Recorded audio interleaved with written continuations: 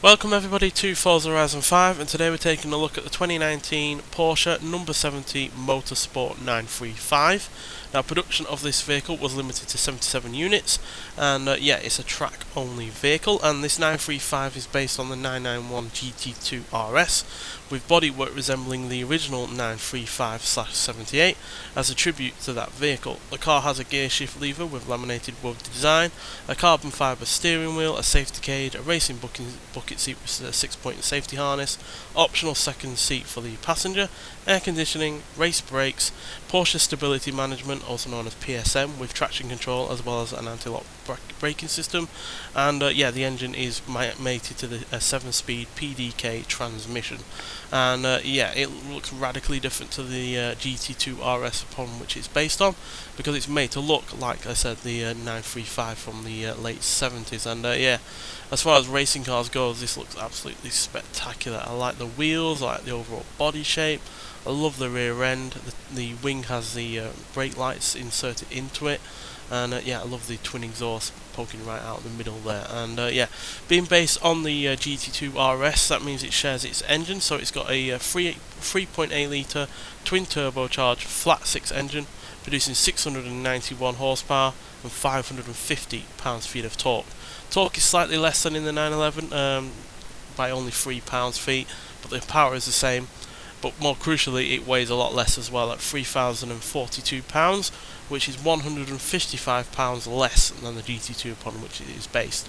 And because of all the other elements onto it as well, this is faster in terms of acceleration and much better in terms of handling and braking as well. So let's look at some of the gubbings underneath. Can't see much of the engine in typical Porsche fashion, but you have to take off a large portion of the rear end just to look at it. But what gives it away is the fact it still says GT2 RS underneath there. So that is essentially what it is. It's a track version of that car, but it's a spectacular looking track version, and it doesn't just have the few additional extras that you would normally get with a track car of another road car. The radical difference in bodywork, aerodynamics, and general drivability is really rather noticeable. So let's get out onto the track and open road first, and then we'll get out onto the track and see what this car can do. So being a track car, straight line speed isn't necessarily the name of the game for this vehicle, but it still has plenty of it. So let's get on this drag strip, see how quick we'll go before we hit the speed camera, and then we'll get it around its more comfortable territory, which is obviously the track. So with all of that power and not much in the way of weight, this is still a properly quick car, especially when you consider it's still only rear wheel drive, but with the engine being at the rear, it gives plenty of traction off the line. And as you can see, 161 miles an hour there, which is really rather impressive. And there's the brake lights, as you can see in the spoiler, which is really rather nice. It gives drivers behind you a good clear view of when you are braking, but also looks really rather cool as well. So I'm not the biggest fan of the GT2 RS upon which this is based. I feel like it's a little bit too overpowered for what is a rear wheel drive road car, especially one that has the engine slung over the back and the like. So but it's still a great car, and as a base, especially when you consider what this is like. So top of the class pretty much, S2, middle of thereabouts in terms of S2 class on its own. But the stats are pretty damn good. As you can see, handling, acceleration, launch and braking are all excellent. The brakes on this are some of the best that have ever been put on a car, quite frankly, as it can stop in around 77 feet from only 60 miles an hour, which is ridiculously short, and the speed is pretty good as well. That's the only difference that is worse than the GT2 RS upon which this is based. It's slightly slower at the top end, but like I said, being a track car, you're rarely going to come across a straight lines on a track that is enough to get you up to that kind of speed anyway, so it doesn't really matter. So I'll let you listen to the engine a bit first, and then we'll talk about it some more.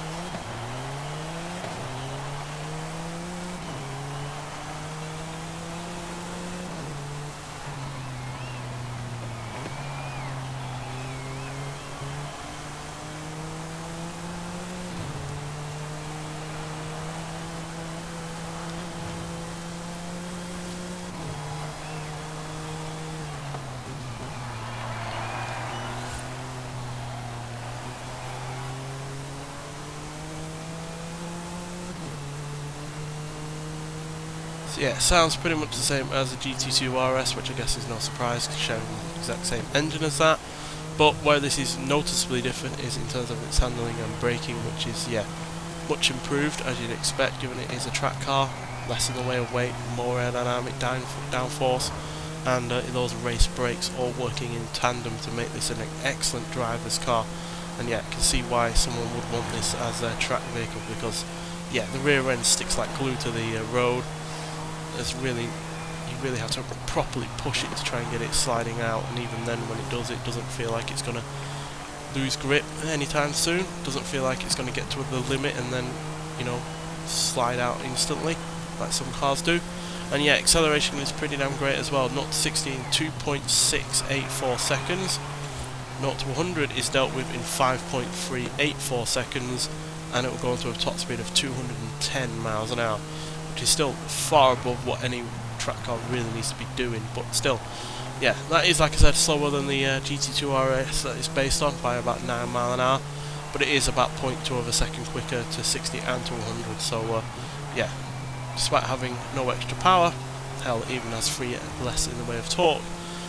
The lack of weight and the yeah, quite frankly, really well good gearbox is both working in tandem to make this properly quick in terms of acceleration. So yeah, I don't typically review race cars on this game, or any game quite frankly, but I do when I find them to be interesting. And yeah, the way this looks is interesting, and hell, it's even one of the best looking track cars going, especially in terms of how unique it looks.